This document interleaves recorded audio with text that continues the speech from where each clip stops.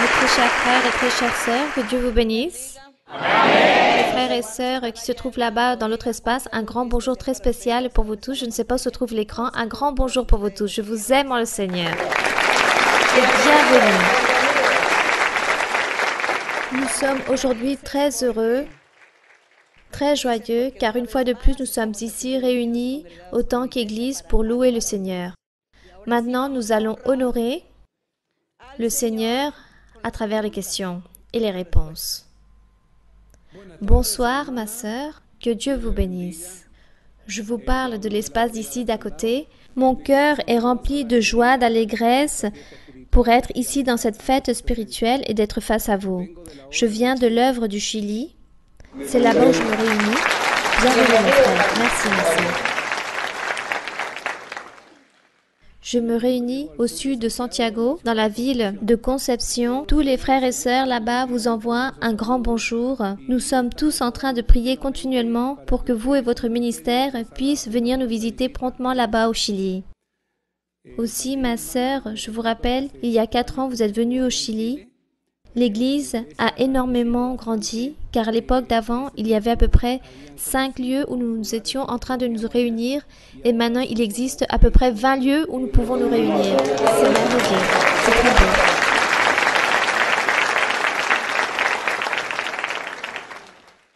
C'est une promesse du Seigneur que j'allais être face à votre présence, devant la présence de sa servante aimée, donc vous, et que j'allais vous poser une question de la Bible. S'il vous plaît, ma sœur, si vous me le permettez. Oui. La question se trouve dans Nombre 18, verset 19. Oui. Donc, Nombre 18, verset 19. Je vais lire, ma sœur, oui. Je te donne à toi, à tes fils et à tes filles avec toi, par une loi perpétuelle, toutes les offrandes saintes que les enfants d'Israël présenteront à l'Éternel par élévation. C'est une alliance inviolable et à perpétuité devant l'Éternel pour toi et pour ta postérité avec toi. Ma question est, ma sœur, qu'est-ce que signifie cette alliance inviolable? Si vous pouviez me l'expliquer, s'il vous plaît, merci, et que Dieu continue à vous bénir énormément. Ici, inviolable, ça a un significatif du sel, c'est un symbole. Le sel, c'est un symbole. Et nous pouvons nous rappeler que le Seigneur Jésus-Christ avait dit à ses disciples, il leur avait dit, vous êtes le sel de la terre. À l'époque de Moïse, lorsque Dieu avait donné l'ordre de réaliser des sacrifices, qu'il fallait sacrifier des animaux pour donner cette offrande à Dieu, il avait dit qu'il fallait mettre du sel dans ses sacrifices, qu'il fallait mettre du sel. À l'époque d'avant, Dieu n'avait donné aucune explication qu'est-ce que signifiait le sel. Il a juste donné cet ordre, que les sacrifices devaient être accompagnés de sel. Ensuite, le Seigneur Jésus, lorsqu'il dit aux disciples, « Vous êtes le sel de la terre », il leur a dit aussi, « Vous êtes la lumière du monde ». Mais si le sel se dissout, alors elle ne servira à rien. Il faudra la jeter. Et lorsqu'il parle du sel, parce que le sel donne de la saveur aux aliments, et le sel spirituel, l'évangile de Jésus-Christ, la doctrine de Jésus-Christ, les apôtres, lorsqu'il leur avait dit « Vous êtes le sel de la terre », vous avez l'évangile, vous avez la doctrine, car moi je suis en train de vous enseigner, et lorsque je partirai, vous allez devoir vous affronter et évangéliser et parler, enseigner et réaliser les miracles et les prodiges, faire toutes les choses que moi je suis aujourd'hui en train de réaliser. Car vous êtes le sel de la terre. Donc vous avez la foi, vous avez cru, vous avez cette sûreté, cette conviction, vous avez la fermesse, le pouvoir, les dons spirituels, la doctrine. Partez travailler. Vivez une vie droite, sainte, juste, et partez travailler. Vous avez accompli les commandements, alors partez, prêchez, car vous êtes le sel de la terre.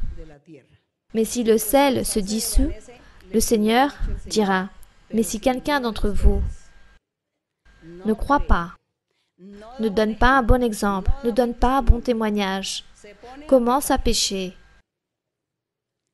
Si quelqu'un d'entre vous revient en arrière et ne réalise pas son travail, alors qu'est-ce que Dieu va faire avec vous? Un jour, il vous dira, « Partez hors de moi, je ne vous connais pas, vous n'avez pas fait la volonté de mon Père.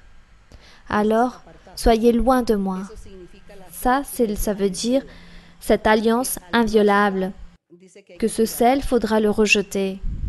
Donc le sel, c'est tout le témoignage, la connaissance qu'une personne, l'appel, ce témoignage, la connaissance, la doctrine, qu'une personne doit avoir toutes ces choses pour pouvoir être cet enfant de Dieu, pour pouvoir aller partir prêcher l'évangile du Seigneur, enseigner cet évangile, celui-ci sera le sel.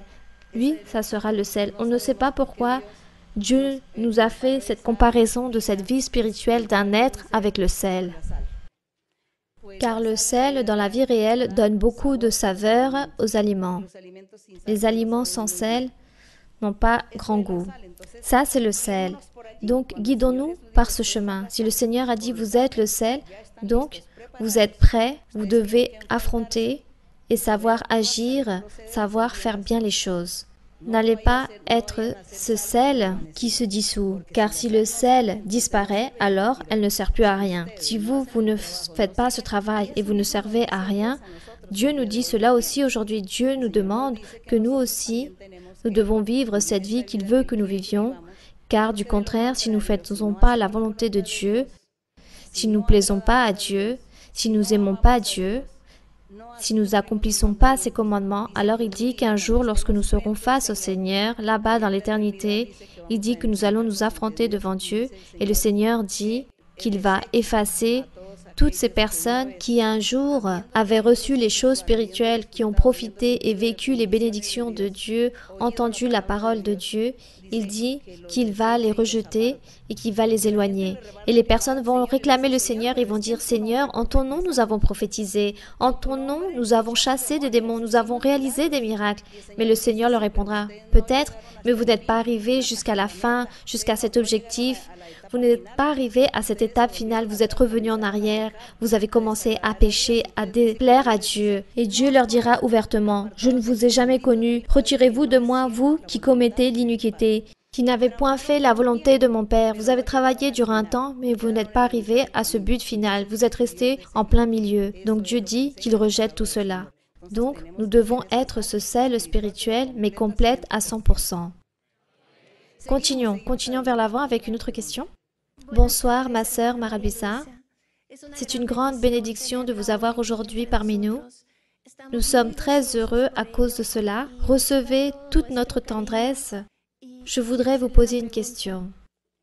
Ma question se trouve dans Marc 9, 49. Par rapport à ce que vous avez parlé du sel, j'ai une inquiétude. Oui? Il dit ainsi, « Car tout homme sera salé de feu. Le sel est une bonne chose, mais si le sel devient sans saveur, avec quoi l'assaisonnerez-vous » Pourquoi dit-il ici que tout homme sera salé de feu? Ici, le feu, c'est le pouvoir de Dieu, du Saint-Esprit. Le feu, c'est le Saint-Esprit. Rappelons un passage où il dit que Jean le Baptiste, lorsqu'il était en train de prêcher, il disait « Repentissez-vous, préparez-vous, car après moi viendra quelqu'un qui est très puissant. Il est plus puissant et lui, il va vous baptiser en feu. » Ainsi, il a enseigné, il va vous baptiser en feu. Donc, ici, lorsque vous lisez que tout homme sera salé de feu, il parle ici du pouvoir du Saint-Esprit, qu'il allait venir aux personnes. Salé avec du sel, c'est la même chose de ce que nous disions, c'est la personne que Dieu prépare, car la personne se dispose pour Dieu en son cœur et Dieu prépare cette personne pour qu'elle puisse être cette servante de Dieu, un serviteur, un apôtre, un disciple, un prophète, un évangéliste, un maître, un croyant, une personne, un enfant de Dieu. Cet enfant de Dieu doit avoir ce sel, être salé, avoir toutes ces choses, tous ces compléments, pour qu'il puisse plaire à Dieu. Et tout cela, Dieu le donne. Quand Dieu le donne, lorsque nous nous disposons et nous aimons Dieu et que nous préférons suivre les choses de Dieu. Nous laissons toutes choses en arrière qui peuvent nous distraire dans la vie ou beaucoup de tromperies que l'ennemi peut nous déposer. Nous abandonnons tout cela et nous préférons suivre le chemin de Dieu et Dieu nous revêtit avec ce sel. Il nous aide pour que nous puissions être salés et que nous puissions avoir tous ces ingrédients. Bien, continuons. Bonsoir ma sœur Mara-Luisa. Bienvenue en Équateur. Que le Seigneur puisse continuer à vous bénir. J'ai une question dans Genèse chapitre 3. Oui ma sœur. Le serpent était le plus... Excusez-moi. Dans le verset 1. Le serpent était le plus rusé de tous les animaux des champs que l'Éternel Dieu avait fait. Il dit à la femme, « Dieu a-t-il réellement dit, vous ne mangerez pas de tous les arbres du jardin ?» La femme répondit au serpent, « Nous mangeons du fruit des arbres du jardin. Mais quant au fruit de l'arbre qui est au milieu du jardin, Dieu a dit, vous n'en mangerez point et vous n'y toucherez point de peur que vous ne mouriez. » Alors le serpent dit à la femme, « Vous ne mourriez point, mais Dieu sait que le jour où vous en mangerez, vos yeux s'ouvriront et que vous serez comme des dieux, connaissant le bien et le mal. » Donc, par le fait de l'erreur commise à travers Adam et Ève, par le piège que leur a établi le diable, toute l'humanité a maintenant cette connaissance sur le bien et le mal, dit conscience. On dit aussi que dans le plus profond de l'être humain, il y a quelque chose qui l'incline à faire de bonnes choses ou des mauvaises choses, sans oublier que tout individu dans la société du monde, à part le fait d'être sujet et stimulé par toutes ces choses qui les entourent, doivent accomplir des lois, peu importe la race, la langue, croyance ou culture. Ma question est, cette essence interne dénominée âme ou esprit qui est considérée par Dieu au moment de la conception, le fait d'être immortal, cette partie, au fur et à mesure que l'être humain grandit et se développe, choisit de faire de bonnes choses ou des mauvaises choses devant les yeux de Dieu. Et si par cela, cette personne va subir les conséquences de la justice divine, de quelle façon cette essence a-t-elle cette connexion avec la force de volonté pour, à un moment donné, l'être humain peut éviter de offenser Dieu de manière consciente? Cet esprit, cette chose que nous avons qui s'appelle âme ou conscience ou esprit, âme ou conscience ou personnalité, cela, c'est ce qui domine notre chair. Cela domine notre chair. Moi, je suis en train d'habiter dans un corps de chair et d'os. Moi, je suis en train d'habiter dans cela. Dieu pourra m'enlever de ce corps, le corps tombera à terre, mais moi, je continue à vivre. Moi, je continuerai à vivre.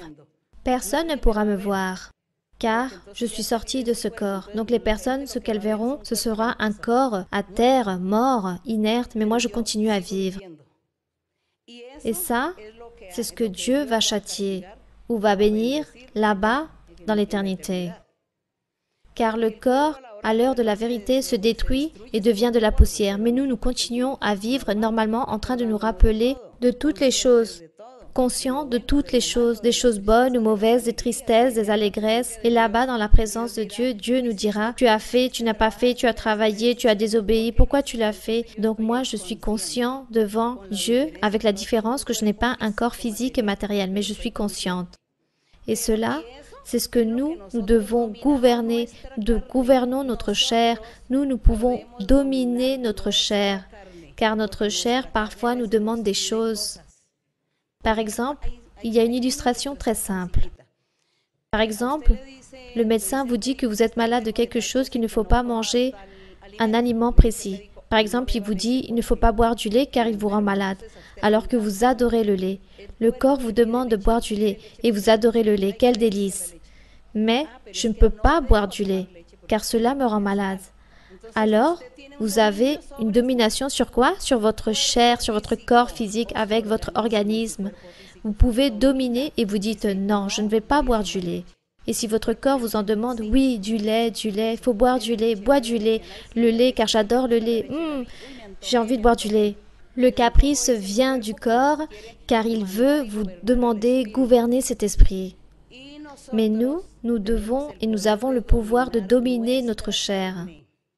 Donc les appétits de la chair, comme disait ici l'apôtre Paul, les appétits de la chair, ceux qui détruisent, les appétits de l'impudicité, du meurtre, des vols, bon, de toutes ces choses, de ces questions de violation, etc. Tous ces appétits détruisent l'âme.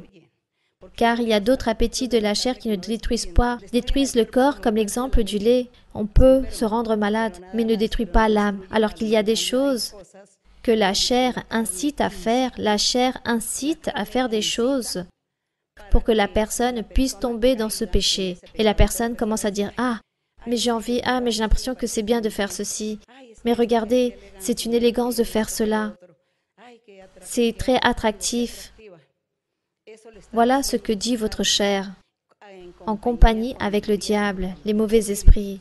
Ils sont en train de vous dire, ils sont en train de vous tenter. Donc les mauvais esprits, le diable tente et établit ce désir en la chair. Et la chair essaie de dominer notre esprit à faire toutes ces choses. Et si nous nous laissons dominer, gouverner par notre chair, unis avec le diable, alors nous tombons dans ce piège et ce péché et nous offensons Dieu. Mais si nous, nous disons non, alors je résiste à ma chair et en même temps, je suis en train de résister au diable.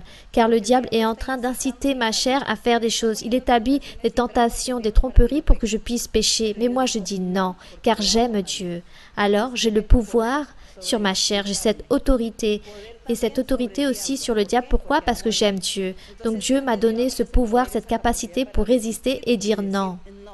Car j'aime Dieu et je veux plaire à Dieu. Donc, de cette façon, le diable devra fuir de ma chair afin qu'il ne me touche point, qu'il ne me tente point, afin qu'il ne m'incite pas à faire toutes ces choses. Car le diable essaie d'inciter les personnes à faire beaucoup de choses. Et dans Jean, dans les épîtres de Jean, dans les premières épîtres, ils disent que les enfants de Dieu, eux, ne pratiquent pas le péché. Ils disent que les enfants de Dieu ne pratiquent pas le péché. Les enfants de Dieu, le diable, ne les touche pas, ne les tente pas. Qu'est-ce qu'il veut dire à travers cela? Il veut dire que l'enfant de Dieu est déjà une personne qui aime tellement Dieu et veut plaire à Dieu. Il voit peut-être des péchés, il voit toutes les choses qui lui entourent, mais il n'est pas influencé. Le diable ne peut pas venir inciter à faire ces choses car il va perdre son temps. Le diable va perdre son temps. Donc le diable dit, bon, à celui-ci, je ne vais pas l'inciter à faire ces choses car je perds mon temps.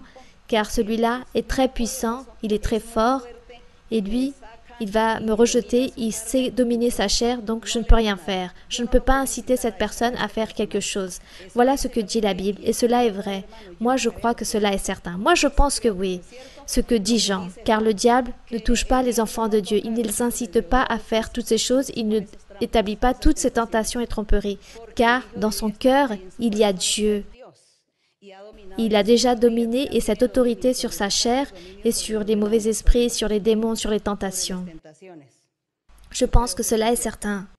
Je dirais même sûr. Moi, je n'aime pas parler par exemple de moi, mais j'ai beaucoup vécu des expériences dans ma vie où je vois le péché, je vois les péchés des personnes et tout cela. Et je remercie le Seigneur car jamais le diable m'incite. Jamais. Jamais, car je n'ai aucune tentation et aucune envie de faire toutes ces choses. Mon cœur est pour Dieu. Donc moi, ce que je fais, c'est prier, réprimander, et de ce fait, le diable est devenu mon adversaire, car il se rend furieux de savoir que je ne suis pas aussi faible que ça. Un jour, j'ai rêvé avec le diable, et le diable me disait, « Toi, tu es vraiment sotte, tu es dévoué à cette église. » Voilà ce que me disait le diable. Tu es vraiment stupide, tu es vraiment bête. Pourquoi tu te dévoues autant et tu t'adonnes à cette église? Mais moi, je l'ai réprimandé. J'ai fait qu'il se taise, qu'il ne continue point à me parler. Et je l'ai rejeté. Je me souviens que dans mon rêve, j'ai prié, je l'ai réprimandé, et ce n'était pas des mauvais esprits, mais c'était le diable lui-même. Il a dû partir. Donc le diable, aujourd'hui, il me déteste à cause de cela, car il sait qu'avec moi, il ne peut rien faire. Il ne peut rien faire. Moi, maintenant, ma chair est morte pour le péché. Ma chair est complètement morte pour le péché. Donc maintenant, je suis en train de vivre pour Dieu, en train de vivre pour le Seigneur, en train d'observer et de voir tout mon entourage en train d'aider les personnes, en train de les aider. Je n'ai aucun appétit d'aller voler ou de commettre un meurtre. Je n'ai aucun désir d'être envieuse ou de réaliser une méchanceté à quelqu'un. Je n'ai pas cet appétit. En moi, toutes ces choses est partie. Tout cela n'existe pas. Donc moi, maintenant, je ne peux pas faire quelque chose alors que je n'ai pas cet appétit ou ce désir dans ma chair. Ça, ce sont les changements que Dieu réalise. Mais pourquoi? Car on aime Dieu, parce qu'il faut aimer Dieu. Et Dieu mettre avant toute chose, Dieu avant nous-mêmes. Tout d'abord Dieu avant ma chair, avant mes plaisirs de la vie. Toutes ces choses qui peuvent me faire plaisir, je dis non, je préfère plaire à Dieu. Et tout le reste, je le rejette. Là, je vous ai donné des illustrations pour dire aux frères et sœurs, on peut le faire. On peut faire cela. Lorsque vous entendez dire des personnes qui disent que cela est difficile, ce sont des mensonges. Que les personnes disent c'est difficile le chemin de Dieu, cela est un mensonge. Le chemin de Dieu est très facile, est très simple, il est merveilleux, rempli de paix, de joie, d'allégresse. C'est ce qu'il y a de plus beau pour un être humain qu'il peut trouver dans la vie, c'est le chemin vers Dieu. Continuons avec une autre question. Bonsoir ma sœur Mara-Luisa, bienvenue en Équateur, bienvenue dans mon pays. C'est une fierté de vous avoir ici devant moi. Je vous remercie avec tout mon cœur d'être si courageuse et nous enseigner la manière correcte d'aimer le Seigneur. Merci, ma sœur, pour toutes vos dévouances. Ma question se trouve dans Ésaïe 51:3, si vous me permettez lire. Ésaïe 51. Ainsi l'Éternel a pitié de Sion. Il a pitié de toutes ses ruines. Il rendra son désert semblable à un Éden, et sa terre aride à un jardin de l'Éternel. La joie et l'allégresse se trouveront au milieu d'elle, les actions de grâce et le chant de cantique. Si vous pouviez m'expliquer, ma sœur, ce verset? Bien, Ésaïe 51, mais lisons à partir du verset 1 qui dit, Dieu dit, à travers le prophète d'Ésaïe, « Écoutez-moi, vous qui suivez la justice, qui cherchez l'Éternel. » Regardez que le Seigneur ici est en train de parler de ceux qui cherchent le bon chemin, la justice, les justes, ceux qui cherchent Dieu. Il dit, portez les regards sur le rocher c'est Christ, d'où vous avez été taillé, sur le creux de la fosse d'où vous avez été tiré. Il dit, regardez Abraham, votre père, et sur Sarah qui vous a enfanté, car lui seul je l'ai appelé, je l'ai béni et multiplié. Ainsi l'Éternel a pitié de Sion. C'est-à-dire, Dieu consolera son Église. Il a pitié de toutes ses ruines, oui, car avant, il marchait sans Dieu. À cause du péché, il marchait sans Dieu. Il rendra son désert semblable à un Éden.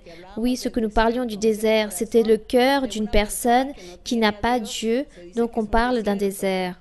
Donc, il rendra son désert semblable à un Éden, à un paradis. Une personne qui n'a pas Dieu, alors, marche seule. C'est une personne qui est seule. Une personne qui n'a pas Dieu en elle peut être entourée de sa famille, de ses enfants, de ses parents, de ses amitiés, de beaucoup de personnes. Mais au moment de la tribulation, de la difficulté, du danger, où elle a besoin de quelqu'un, personne ne va appuyer cette personne car Dieu ne sera pas avec cette personne. Donc, à qui cette personne va clamer?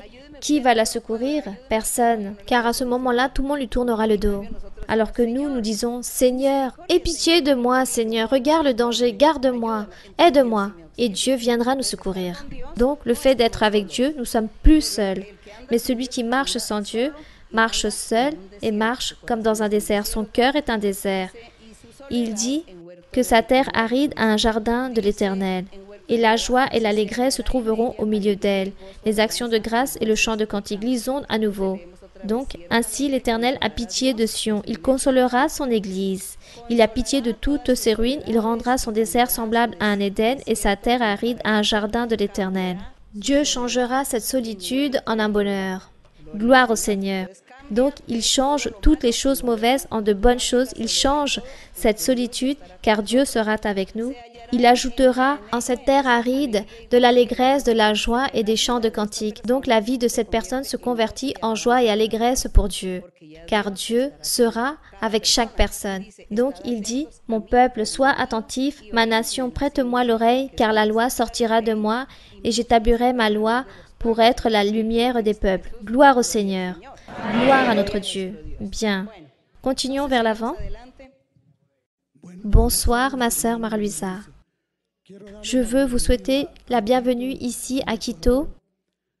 On vous donne un grand bonjour rempli de tendresse de la part de tout l'Équateur, car pour nous c'est un grand privilège de vous avoir ici dans notre pays.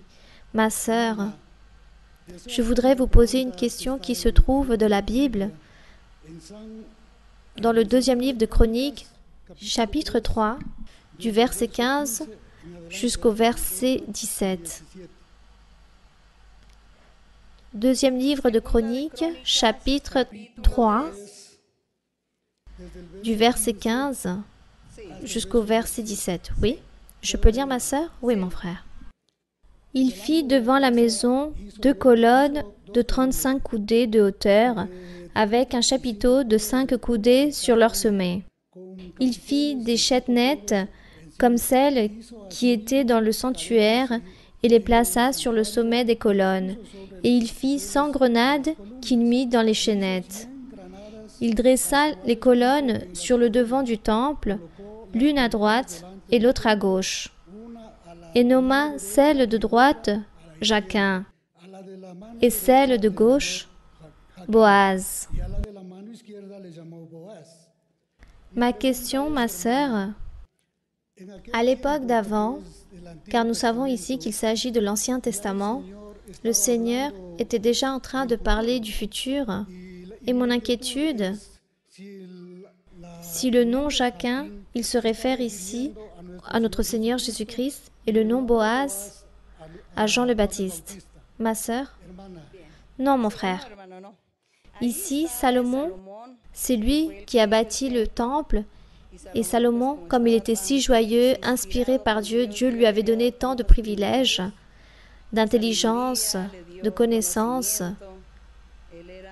Lui, c'était un personnage très important dans tous les aspects, et lorsqu'il bâtit le temple, il donne des noms. Comme il y eut seulement que 2 colonnes, alors il donne un nom à ces colonnes pour embellir ou pour mettre en relief cette beauté à cette construction, à cet édifice si beau qu'il avait réalisé pour Dieu.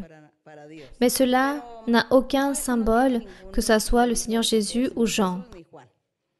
Le temple, on dit que le temple, ce temple qu'a bâti Salomon avait un symbole, c'était le prototype du temple futur que le Seigneur Jésus allait construire, c'est-à-dire son Église.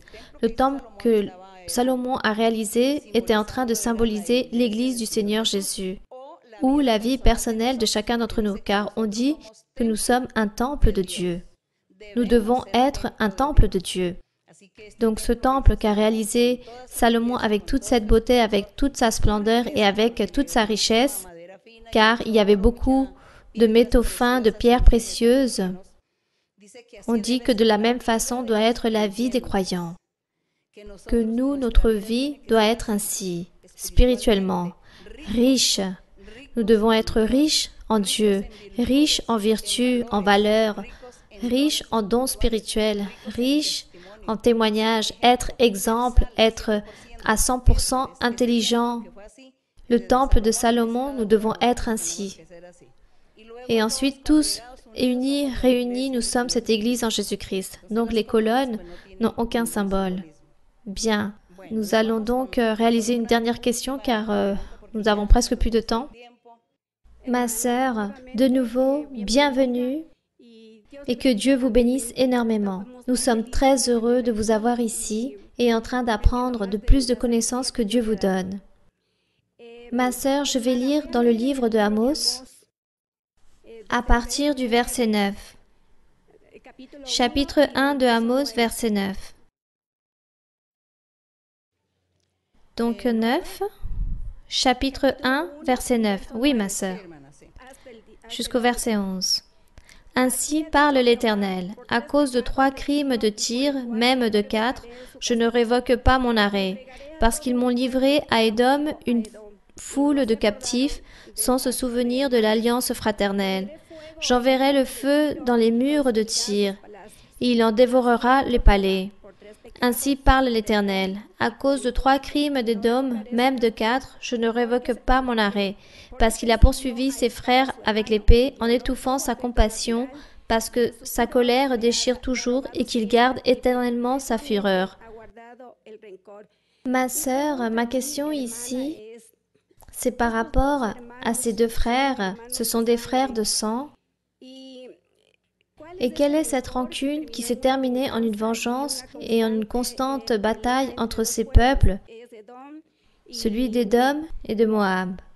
Ici, le Seigneur est en train de parler symboliquement des péchés d'Israël et en même temps des villes voisines qui sont venues contre les Israélites, car eux aussi ils ont péché par le fait d'avoir persécuté les Israélites. Donc Dieu ici parle sous un sens figuré, de symbole, en train de parler du châtiment qu'il allait donner à ces nations.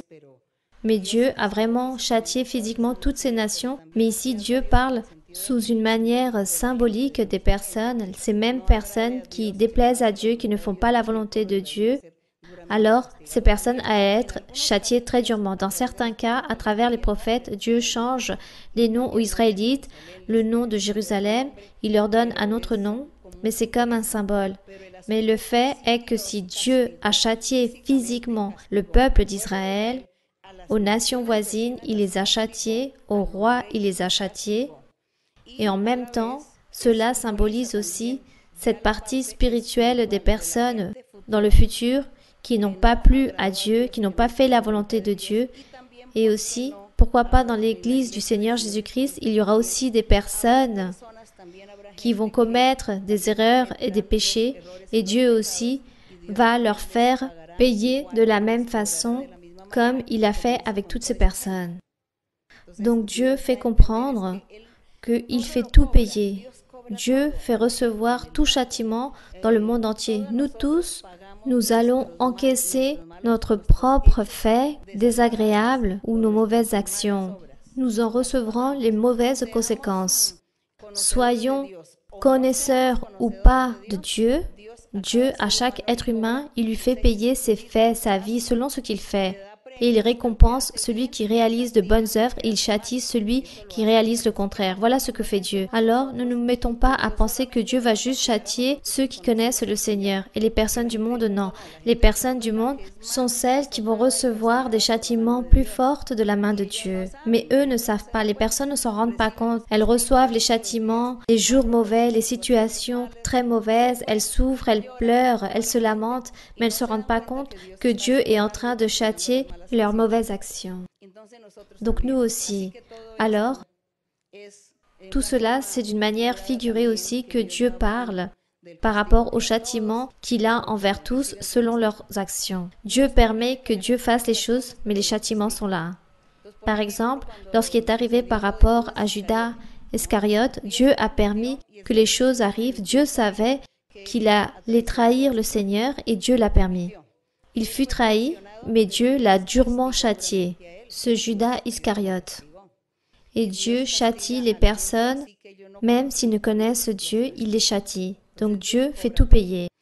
C'est pourquoi il est très bon dans la vie que nous puissions dire ou que les personnes qui enseignent les valeurs et enseignent toutes ces choses dans la vie disent « Vaut mieux que l'être humain puisse prendre le sentier du bien, de la justice, en train de faire des bonnes choses, des choses justes.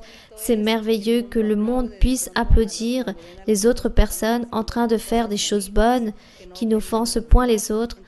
Tout cela est très beau, car c'est ce que Dieu a établi à l'homme depuis le début, que l'homme puisse être juste, puisse être droit, qu'il pratique la justice. Mais comme cela ne fut pas ainsi à cause du diable qui a incité l'humanité à faire le contraire de ce que Dieu dit, alors les personnes commencent à contredire, à réaliser les iniquités et Dieu châtie.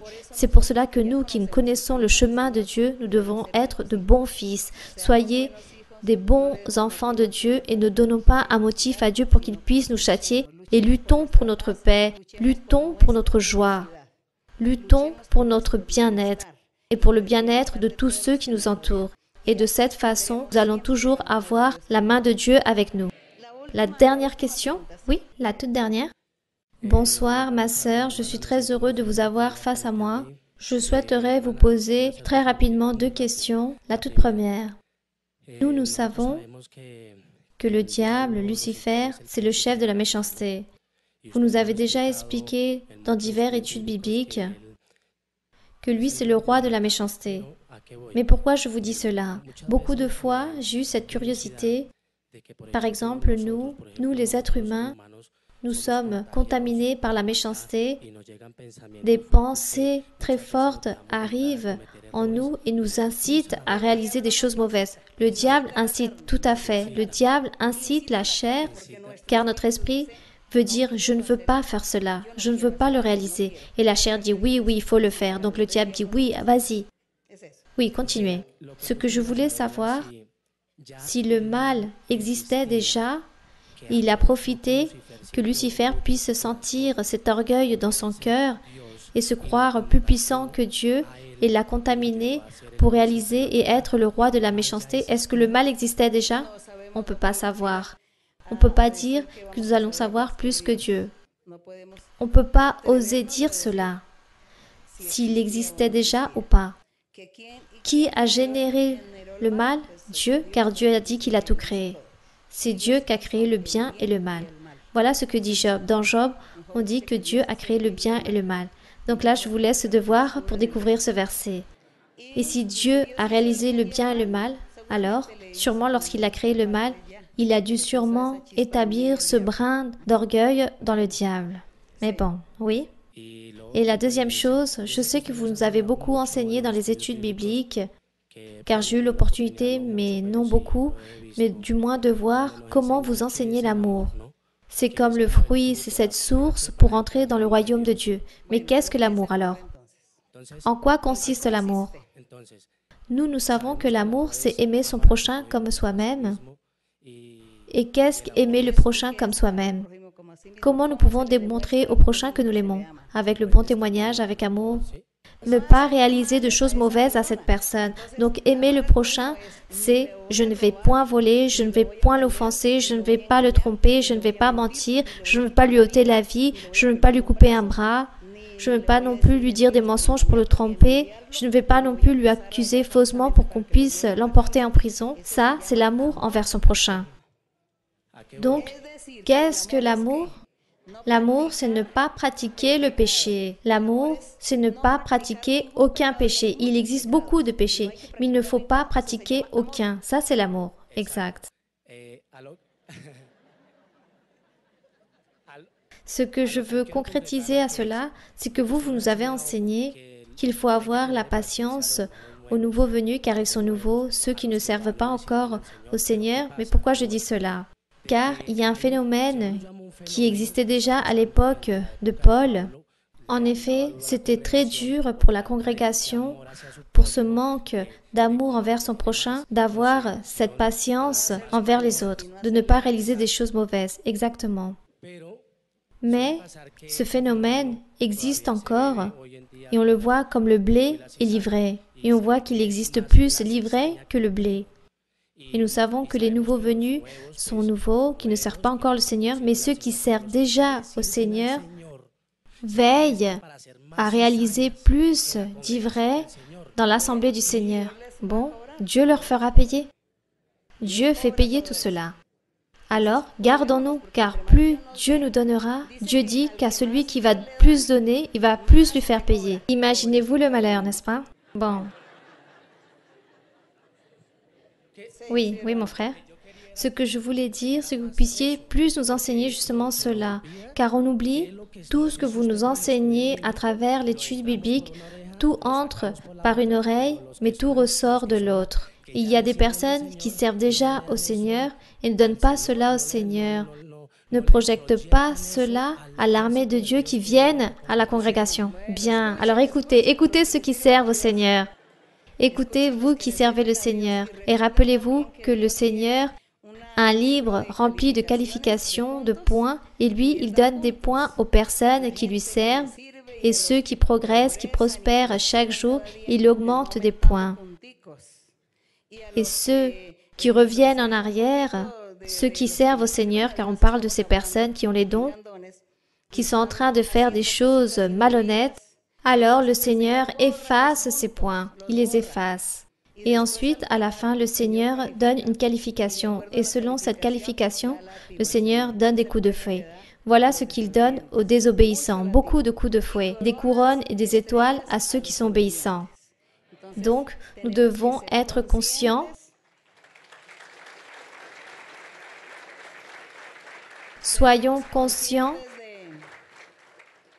que nous devons penser aussi en notre bien-être spirituel et physique. Pensons en nous aussi et aux personnes que nous voulons qui sont autour de nous pour qu'ils puissent être aussi joyeux. Car si je suis une pierre d'achoppement dans ceux qui m'entourent, alors Dieu va me faire payer très durement cela. Alors ne soyons pas égoïstes, mais pensons aussi au prochain. C'est pour cela qu'on dit « aimez votre prochain ». Car les personnes qui m'entourent, il faut penser qu'ils soient heureux avec mes faits, avec ma manière d'agir, qu'ils puissent se sentir allègres et heureux. Luttons pour cela. Demandons à Dieu qu'il puisse nous aider. Demandons à Dieu qu'il nous aide, car il peut nous aider à changer. Il peut nous aider à changer et faire que cette chair ne soit pas aussi faible et que nous ne tombons pas aussi facilement dans le piège du diable. Demandons au Seigneur que nous voulons être joyeux et rendre joyeux les êtres humains que nous aimons et que Dieu nous aidera. Alors, compromettons-nous avec le Seigneur. Donc, nous allons nous mettre debout et nous allons donc nous compromettre aussi avec le Seigneur. Et pour nous compromettre avec le Seigneur, nous allons chanter le cantique qui dit « Je te servirai, ô mon Seigneur ». Nous allons donc nous compromettre à changer, que Dieu nous aide à être heureux et à rendre heureux toutes les autres personnes. Amen. Amen. Le cantique 131 « Je te servirai, mon Seigneur ». C'est un compromis que nous faisons avec notre Dieu.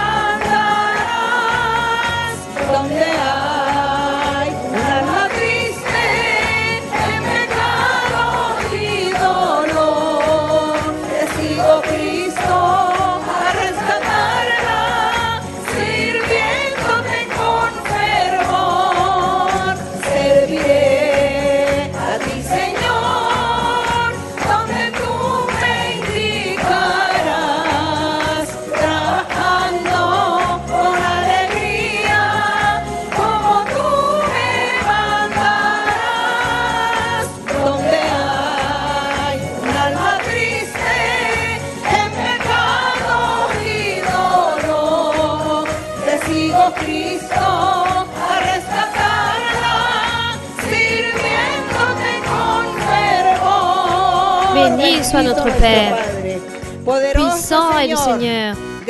Merci mon Père Céleste. Merci Seigneur. Nous te remercions aujourd'hui Seigneur. Ce soir, nous sommes ici. Nous avons été tous ici réunis, mon Père. Nous avons tous été ici réunis en train de parler de toi, en train de méditer en ta parole merveilleuse, en train de parler de toi, mon Seigneur. Nous avons été ici, Seigneur, en train d'essayer d'interpréter les écrits de ta parole, car nous voulons apprendre, nous voulons faire le bien, nous voulons pratiquer la justice, vivre dans la droiture, vivre en sainteté, être des personnes responsables, organisées. Nous voulons être justes, nous voulons être miséricordieux et faire ta volonté, mon Seigneur. Disposer notre cœur pour toi et faire, Seigneur, tout ce que tu veux que nous fassions pour pouvoir te plaire. Aide-nous, Seigneur. Tends ta main toute puissante et que toi, Seigneur, tu sois en train d'aider toute femme, tout homme. Aide-les, Seigneur. Aide-nous, Seigneur, à vivre cette vie sainte et droite, à vivre cette vie juste et intègre. Aide-nous à te plaire, à vivre, à être ce sel, à être ces témoignages, cette droiture dans nos vies, pour que nous puissions de cette façon apporter beaucoup de personnes dans ton royaume, pour que les personnes puissent se convertir à travers notre témoignage, à travers cette doctrine que nous puissions leur enseigner, avec ce que nous allons témoigner de ta parole. Aide-nous, Seigneur, à gagner beaucoup d'âmes pour ton royaume. Aide-nous, Seigneur, à vivre dans cette sainteté que tu veux que nous vivons. Père Saint, tends ta main, bénis chaque homme, chaque frère, chaque sœur, chaque femme. Bénis aussi tous les êtres humains, toutes les personnes, tous les frères et sœurs qui vont nous voir dans cette étude biblique à travers la vidéo, que eux aussi attendent en toi, espèrent en toi. Ils ont des vœux à te présenter. Ils cherchent aussi tes services, mon Seigneur, le service de l'Éternel. Je le chercherai. Ainsi dit ta parole. Et nous, Seigneur, nous voulons chercher tous ces services, recevoir, mon Seigneur, tes biens, ta miséricorde, que notre vie puisse profiter de la parole de Dieu, que nos vies puissent profiter du don du Seigneur, de la bonté de Dieu, des bénéfices de la miséricorde de Dieu qui est vivant et puissant. Seigneur, devant toi, Seigneur, nous sommes là pour te clamer, pour te demander cette miséricorde, pour te demander que tu puisses nous aider, car nous avons un ennemi très puissant qui veut nous détruire, qui veut voler notre paix, notre joie. L'ennemi veut détruire nos foyers, nos familles. Il veut détruire nos vies spirituelles. Aide-nous, Seigneur, à vaincre. Revêtis-nous, Seigneur, avec l'armure de Dieu, avec le pouvoir du Très-Haut, à pouvoir résister à cet ennemi lors du jour mauvais, lors du piège, lors de la tentation, lors de l'obstacle, de l'empêchement, ce jour-là, Seigneur, que le diable veut établir pour nous tenter, nous faire tomber, nous faire chanceler. Garde-nous, Seigneur, protège-nous, Seigneur. Père Saint, aide-nous à être de véritables fils de Dieu. Aide-nous, mon Père, au nom glorieux de Jésus-Christ, ton Fils aimé. Aussi, mon Père, tends ta main toute puissante et guériseuse sur tous les malades qui peuvent lever leurs mains, tous les malades qui peuvent déposer leurs mains sur leur cœur ou sur la partie qui sont malades. Écoute, Seigneur, écoute, mon Seigneur, leurs prières, leurs clameurs, leurs pétitions, leurs supplications. Regarde la nécessité de chacun. Tends ta main toute puissante et guérisseuse. Tu es notre docteur, mon Seigneur. Réalise des miracles et des prodiges comme tu nous l'as toujours promis. Et tu l'as déjà fait. En train de bénir et de guérir, en train de guérir beaucoup. Merci Seigneur pour nous écouter. Aussi Seigneur, je te demande que tu puisses réprimander les mauvais esprits, que tu puisses chasser tout mauvais esprit, tout pouvoir du diable, tout esprit qui possède certaines personnes, toute malédiction du diable.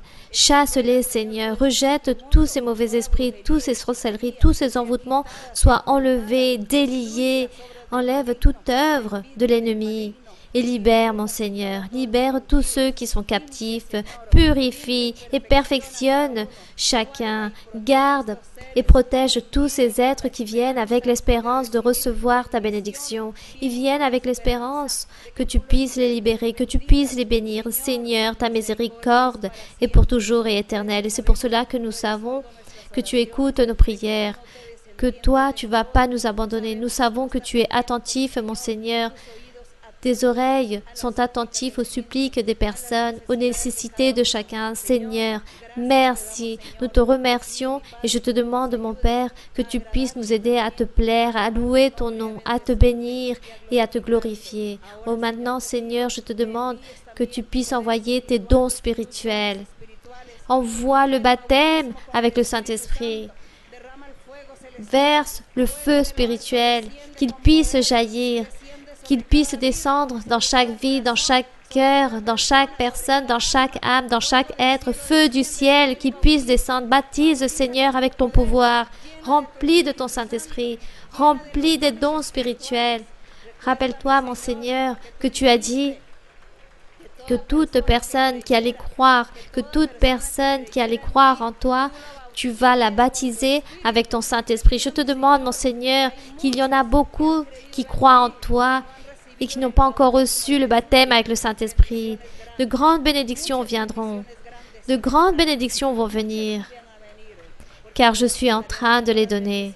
Je suis en train de vous donner les dons spirituels et la réjouissance. Je suis en train de donner l'allégresse dans chaque cœur, dans chaque vie.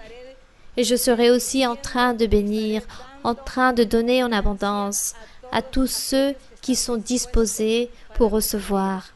Car tout celui qui est disposé pour recevoir, je lui donnerai la force du Très-Haut, je lui donnerai de mon esprit, je lui donnerai mes dons spirituels. En échange, chassez de vous ces angoisses, ces afflictions, ces faiblesses. Enlevez de vous ce moi personnel qui a beaucoup ont établi dans leur vie et préfèrent chacun faire sa vie à sa façon et ne veulent pas disposer son cœur, mais pensent qu'ils savent et connaissent et comprennent les choses comme ils le veulent. Chacun d'entre vous, enlevez cet orgueil, ces vanités. Soyez humbles, soyez réveillés, car beaucoup sont endormis. Et c'est pour cela leur vie spirituelle s'endort. Cherchez les choses parfaites, priez, clamez et avancez. Je donnerai les choses spirituelles. De grandes bénédictions viendront, des pluies de bénédictions vont venir. Beaucoup vont recevoir les choses spirituelles. Beaucoup qui sont en train de dormir vont se réveiller à la réalité, car le diable a lié beaucoup. Le diable a voulu détruire beaucoup de personnes, beaucoup d'âmes. Cependant, je dis que moi, je vais vous aider et je vais vous consoler, je vais vous libérer et je vais rompre les chaînes et tous ces liens que le diable a établis entre vous. Je vais vous purifier, vous libérer, je vais vous donner la joie, je vais donner l'allégresse, je vous donnerai cette réjouissance et cette paix. Vous serez tous joyeux, car beaucoup disent que la joie a fui, la joie est partie d'eux. Mais moi, je vais rendre à nouveau cette paix, cette joie, cet amour, la tendresse, et je vais détruire l'œuvre de l'ennemi. Continuez, avancez, ne vous affaiblissez pas, ne chancelez point, soyez fermes et disposés, car je vais vous bénir, je vais vous aider à enlever les choses mauvaises. Je vais libérer chacun d'entre vous et vous serez purifiés. Vos cœurs seront purs, vos mentalités seront pures. Vous aurez une nouvelle vie dans chacun d'entre vous. Beaucoup vont recevoir, ils sont en train de recevoir des bénédictions du Très-Haut. Essayez de continuer vers l'avant. Ne chancelez point, ne vous affligez pas. Continuez vers l'avant. Restez fermes. Au contraire, alimentez vos âmes et vos cœurs. Motivez-vous, car je suis avec vous et je vous continuerai à vous bénir. Je donnerai des triomphes. Essayez de vivre paisiblement. Je donnerai aussi des bénédictions matérielles à certains. Certains vont recevoir une somme d'argent que je vais leur donner. Une bénédiction matérielle, je vais leur donner. Mais continuez à chercher les choses spirituelles, car c'est ce qu'il y a de plus important. Toutes les choses matérielles viendront s'y ajouter. Rien ne vous manquera. Joie et allégresse. Continuez vers l'avant ferme, car les maladies aussi, je vais les enlever. Et beaucoup sont déjà guéris. Et beaucoup vont recevoir des guérisons à temps, pas si loin que ça. Alors, essayez de chercher les choses spirituelles, avancez, soyez confiants, car vous êtes mon troupeau et je suis là pour vous paître, pour tous vous garder. Continuez ferme. Je vous donnerai des bénédictions, beaucoup de changements, beaucoup de triomphes. Merci Seigneur, merci Éternel Dieu Tout-Puissant. Et de ce fait, il y aura encore des bénédictions. Les bénédictions continueront à se manifester, ainsi que les richesses. Les bénédictions matérielles, j'en donnerai à beaucoup. Beaucoup de changements vont arriver dans les couples. Beaucoup de couples vont se reconstruire, car ma force est ainsi. Continuez vers l'avant. Merci mon Père, merci Seigneur. Les louanges sont pour toi, mon Père. La louange et la gloire est pour toi. Au nom de ton Fils aimé, notre Seigneur Jésus-Christ. Au nom de ton Fils aimé, mon Seigneur, les louanges sont pour toi. Les louanges t'appartiennent. Ta miséricorde est éternelle. Ta miséricorde vit à perpétuité, mon Père. Ta miséricorde est pour toujours. Ton amour, mon Seigneur. Merci, mon Seigneur. Merci, mon Père Saint. Merci, mon Éternel. Alléluia. Puissant est mon Seigneur. Omniprésent est mon Seigneur. Merci, Seigneur, pour restituer, pour rétablir. Merci, Seigneur, pour faire que la paix, le bonheur, la tendresse reviennent. Sans toi, Seigneur, nous ne puissions vivre. Nous serions personne et ni rien sans toi, sans ton amour, sans ta puissance, sans ton pardon. Béni soit notre Dieu. Nous ne sommes rien, nous ne sommes personne sans ton pardon, mon Père Saint. Envoie des bénédictions, toutes ces pluies de bénédictions, qu'elles puissent venir en puissance. Merci. Puissant est le Seigneur. Puissant est mon Dieu, mon roi. Tu es béni pour toujours. Béni soit notre Dieu. Béni soit le Sauveur. Béni soit le Roi de la gloire. Béni soit le Roi qui a créé le ciel et la terre. Puissant est le Seigneur, omnipotent. Alimente ton œuvre, mon Seigneur. Réveille ton œuvre au milieu des temps. Alimente, mon Seigneur. Réveille-nous, Seigneur. Réveille-nous, Seigneur. Merci, alléluia. Gloire au Seigneur. Gloire à mon Seigneur. Gloire à mon Dieu, à mon Roi. Merci au Tout-Puissant. Béni soit le Seigneur, le Tout-Puissant, le Roi. Merci, merci au Roi. Merci, mon Seigneur. Merci, éternel Dieu. Tu es grand et juste. Aide-nous, Seigneur. Ta miséricorde est ta perpétuité. Ton pardon est éternel. Merci, alléluia. Nous te louons. Nous te louons, mon Seigneur. Nous te bénissons. Te vengo a decir, oh mi Salvador, que yo te amo a ti, que yo te amo a ti con el corazón. Te vengo a decir toda la verdad. Yo te amo, Señor, te quiero, Señor, con el corazón. Yo quiero cantar de gozo y de paz. Yo quiero llorar de felicidad. Te vengo a decir toda la verdad.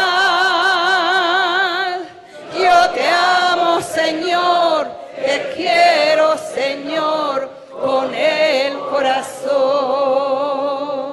Te vengo a decir, oh mi Salvador, que yo te amo a ti, con el corazón.